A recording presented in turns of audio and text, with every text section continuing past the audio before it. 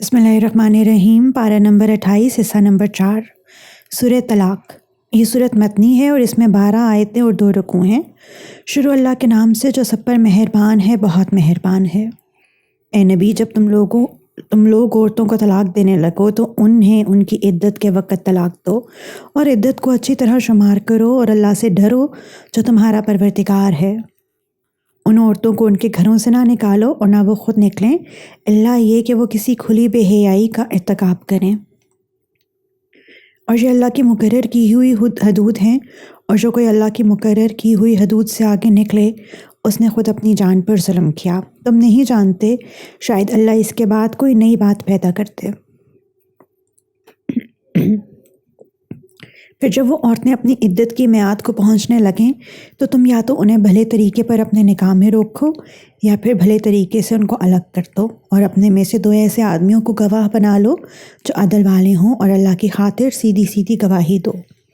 لوگوں، یہ وہ بات ہے جس کی نصیحت اس شخص کو کی جا رہی ہے جو اللہ پر اور یوم آخرت پر ایمان رکھتا ہو، اور جو کوئی اللہ سے ڈرے گا اللہ اس کے لیے مشکل سے نکلنے کا کوئی راستہ پیدا کر دے گا، اور اسے ایسی جگہ سے رزق عطا کرے گا جہاں سے اسے گمان بھی نہیں ہوگا۔ اور جو کوئی اللہ پر بھروسہ کرے تو اللہ اس کا کام بنانے کے لیے کافی ہے۔ یقین رکھو کہ اللہ اپنا کام پورا کر کے رہتا ہے۔ البتہ اللہ نے ہر چیز کا ایک اندازہ مقرر کر رکھا ہے، اور تمہاری عورتوں میں سے جو ماہواری آنے سے مایوس ہو چکی ہوں، اگر تمہیں ان کی عدت کے بارے میں شک ہو تو یاد رکھو کہ ان کی عدت 3 مہینے ہے، اور ان عورتوں کی عدت بھی یہی ہے جنہیں ابھی ماہواری آئی ہی نہیں، اور جو عورتیں حاملہ ہوں ان کی عدت کی میعاد یہ ہے کہ وہ اپنے پیٹ کا بچہ جن لیں۔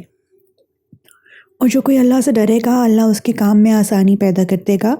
یہ اللہ کا حکم ہے جو اس نے تم پر اتارا ہے، اور جو کوئی اللہ سے ڈرے گا اللہ اس کے گناہوں کو معاف کر دے گا اور اس کو زبردست ثواب دے گا۔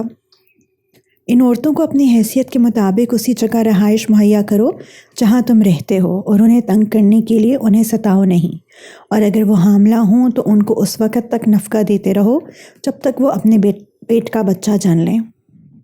پھر اگر وہ تمہارے لیے بچوں کو دودھ پلائیں تو انہیں ان کی اجرت عطا کرو، اور اجرت مقرر کرنے کے لیے آپس میں بھلے طریقے سے بات طے کر لیا کرو، اور اگر تم ایک دوسرے کے لیے مشکل پیدا کرو گے تو اسے کوئی اور عورت دودھ پلائے گی۔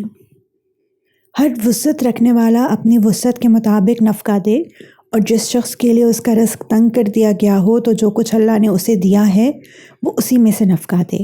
اللہ نے کسی کو جتنا دیا ہے اس پر اس سے زیادہ کا بوجھ نہیں ڈالتا۔ کوئی مشکل ہو تو اللہ اس کے بعد آسانی بھی پیدا کر دے گا۔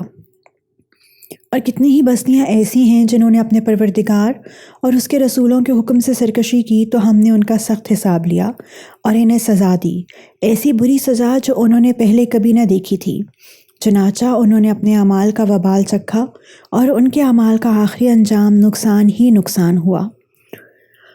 اور آخرت میں ہم نے ان کے لیے ایک سخت عذاب تیار کر رکھا ہے، لہٰذا اے عقل والو جو ایمان لے آئے ہو، اللہ سے ڈرتے رہو۔ اللہ نے تمہارے پاس ایک سراپا نصیحت بھیجی ہے، یعنی وہ رسول جو تمہارے سامنے روشنی دینے والی اللہ کی آیتیں پڑھ کر سناتے ہیں، تاکہ جو لوگ ایمان لائے ہیں اور جنہوں نے نیک عمل کیے ہیں ان کو اندھیروں سے نکال کر روشنی میں لے آئیں۔ اور جو شخص اللہ پر ایمان لے آئے اور نیک عمل کرے، اللہ اس کو ایسے باغات میں داخل کرے گا جن کے نیچے نہریں بہتی ہوں گی، جہاں جنتی لوگ ہمیشہ ہمیشہ رہیں گے۔ اللہ نے ایسے شخص کے لیے بہترین رزق طے کر دیا ہے۔ اللہ وہ ہے جس نے 7 آسمان پیدا کیے اور زمین میں بھی انہی کی طرح۔ اللہ کا حکم ان کے درمیان اترتا رہتا ہے تاکہ تمہیں معلوم ہو جائے کہ اللہ ہر چیز پر پوری قدرت رکھتا ہے، اور یہ کہ اللہ کے علم نے ہر چیز کا احاطہ کیا ہوا ہے۔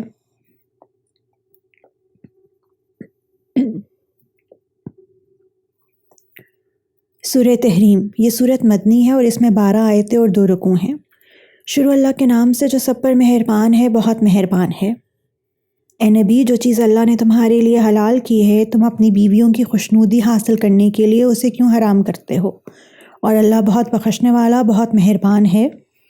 اللہ نے تمہاری قسموں سے نکلنے کا طریقہ مقرر کر دیا ہے، اور اللہ تمہارا کارساز ہے، اور وہی ہے جس کا علم بھی کامل ہے، حکمت بھی کامل۔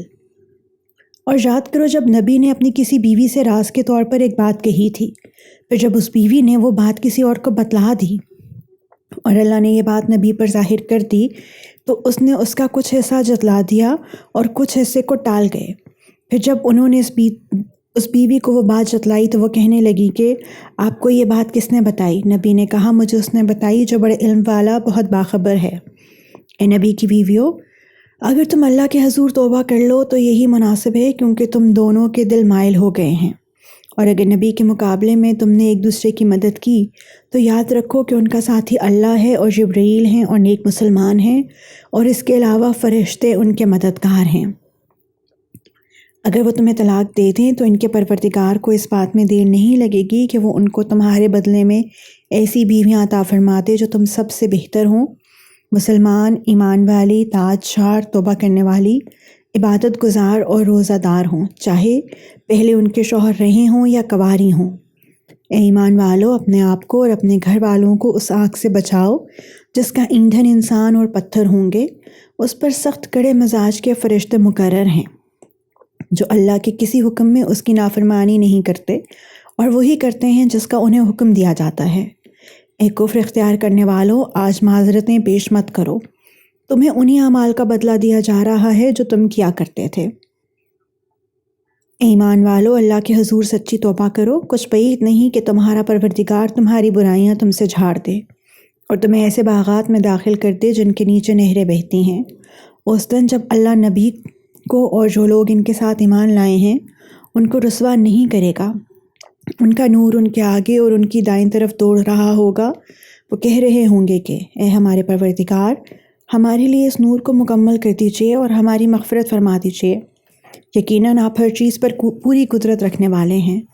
اے نبی، کافروں اور منافقوں سے جہاد کرو اور ان کے مقابلے میں سخت ہو جاؤ، اور ان کا ٹھکانہ جہنم ہے اور وہ بہت برا ٹھکانہ ہے۔